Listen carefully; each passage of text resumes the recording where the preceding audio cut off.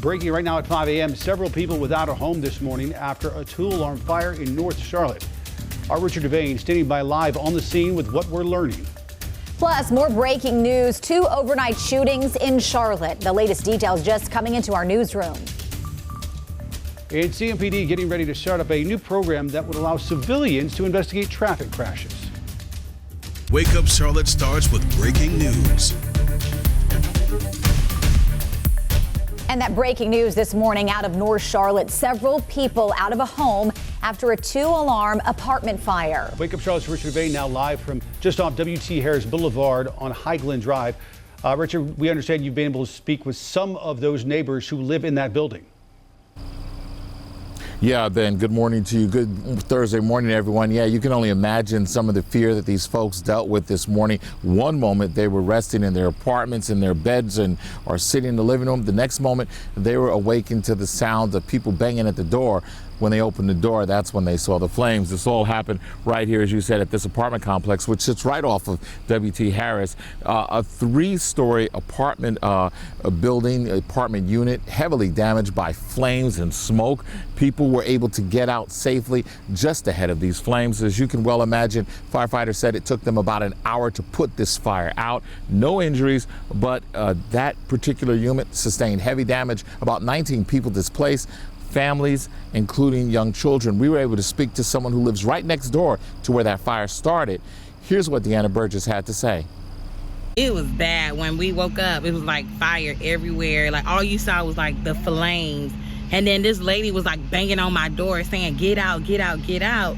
So me and my kids jumped up and we were able to get out. By the time we got out, like the firefighters and all, they were like just pulling up and all you could see was like orange everywhere. Yeah, and she goes on to explain that she has a young son as well as a baby, a 1-year-old. She was able to grab him and get out in time. She says the people who actually live in the apartment building where the fire started, she didn't know what caused it, but she did say they were able to get out as well. The fire department tells us that they are now working with the Red Cross to help get these families who've been displaced a place to stay. Of course, we'll have more coming up in 30 minutes, but for now, we're right here off of W.T. Harris. Richard Devane for Wake Up Charlotte. All right, Richard, keep us posted. Larry Spiegel standing by. He's got a check of your Thursday forecast. Larry? Hey, Em, good morning. We'll take a look from our 4-camera array here. It's a clear sky morning all across the area from Monroe to Kannapolis, Dallas, North Carolina, the Tower Cam, and in Uptown. Things are looking okay. What's not looking okay is the fact how hot it's going to be as we head right into the end of the week and the upcoming weekend. Heat index temperatures well over 100 from Friday all the way to Sunday. Check it out, 103 degrees. That's how it'll feel on Saturday afternoon with a high humidity. Those dew points way up there. 16 days so far, 90 or above. We're going to add that, make it 17 today because here we go. Check it out hour by hour. Noon time for lunch, upper 80s. Notice at 92 degrees at 4 o'clock this afternoon. Heat index will feel like about 97 at that time. Only a stray thunderstorm chance late this afternoon. We'll take a look at the weekend coming up, but right now let's get our first check on your Thursday morning commute. Here's Chris McKay. Good morning. And good morning to you, Larry. So we have a wild scene that's happening right here on Brookshire Boulevard. So this is right around the exit to get onto I-85. So what's happening is the lane is blocked. It looks like both ways, so likely it's going to be the two lanes that just are around the median here. But check out the details that we have per medic. One patient was transported with life-threatening injuries to the hospital with a GSW, that means a gunshot wound, and a pedestrian was struck. So take that as you will. A very active scene. So this is going to be a high period of an investigation. So try to avoid the area if you can, even though a lot of us are not going to be able to, but at least traffic is getting by, at least for the most recent report. We also have an incident right here on Billy Graham Parkway, right at the intersection of Tryon Street. Drive safe. More now on that breaking news that Chris mentioned. In just the past hour, we've learned police are responding to 2 separate overnight shootings. The latest happening there in Northwest Charlotte on Brookshire Boulevard. Details are limited, but medic tells us one person was taken to the hospital with life-threatening injuries. They also report that pedestrian was hit. Then earlier this morning, medic rushing one person to the hospital with serious injuries after a shooting in West Charlotte as well. It happened on Columbus Circle. That's just off Freedom Drive, just outside of Uptown. At this hour, we're working to learn more about both shootings. Well, the Queen City's latest shooting comes as CMPD releases new data on crime in the first half of the year. The big takeaway is overall crime is up. Just take a look at some of these numbers. The department says, though, it's promising to see violent crime drop. The main driver of the spike is car thefts linked to a social media challenge targeting Kia and Hyundai vehicles.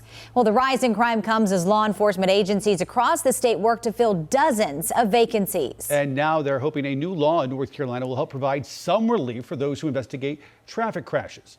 CMPD now looking to have non-sworn officers help out the department starting as soon as this year.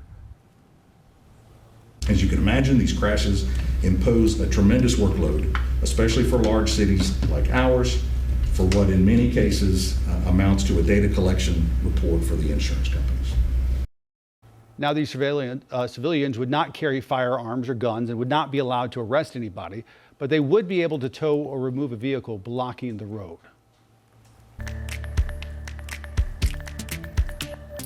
5:05 right now, turning to more of today's top stories in your morning rush. Tonight, Union County school leaders set to discuss expanding the number of school resource officers. Right now, one deputy is assigned to 2 elementary schools, but some elementary schools could get their own officer.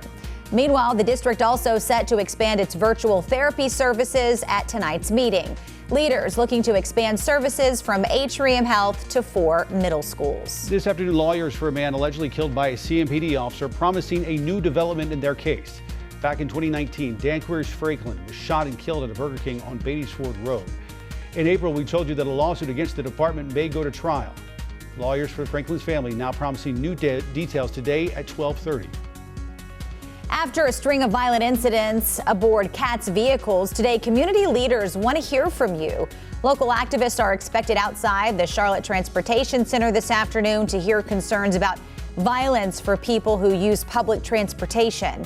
The goal is to eventually find safety solutions. Drivers have been pleading for more safety, especially after a bus driver exchanged fire with a rider back in May. Good morning, I'm Tradisha Woodard. Today, Carowinds is expecting to fix the cracked beam of Fury 325. Now, Carowinds says the support beam will be installed and the ride will go through the park's standard safety protocols and a series of tests to ensure that it's safe. Following those tests, Carowinds will also meet with North Carolina Department of Labor for further evaluation. New overnight, the Powerball climbing once again. The jackpot now sits at $875 million after no one had all 6 lucky numbers in last night's drawing.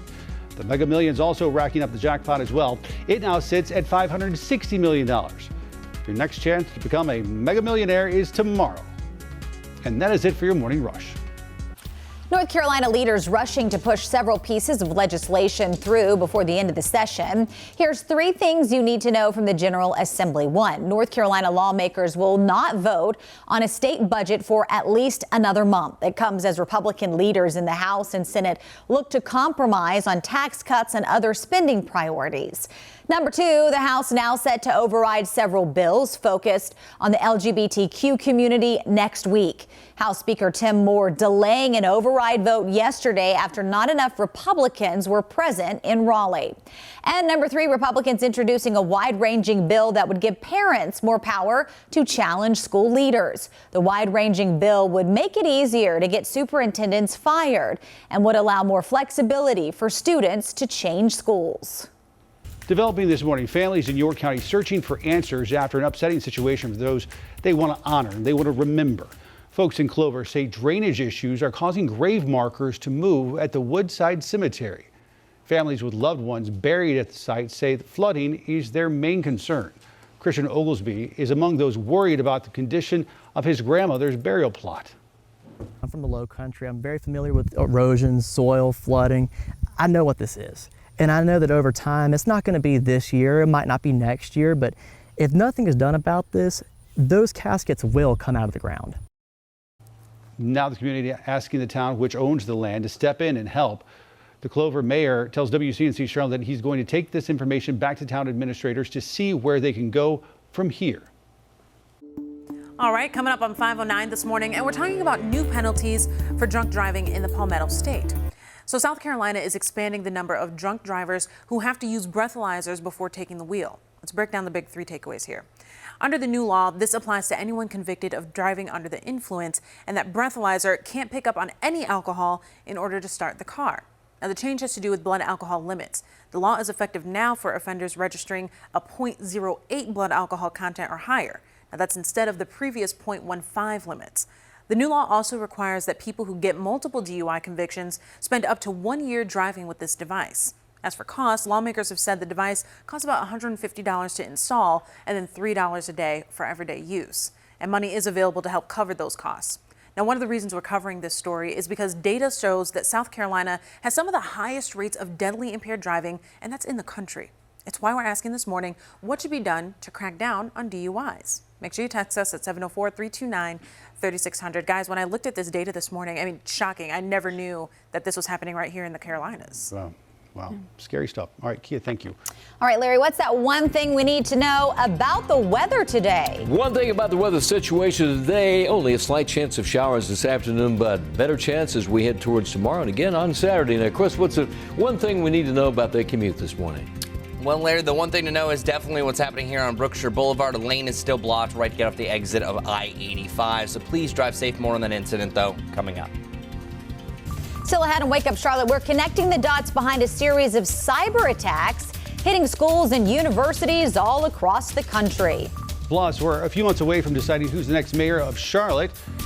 A couple of the names you can expect to see on the ballot.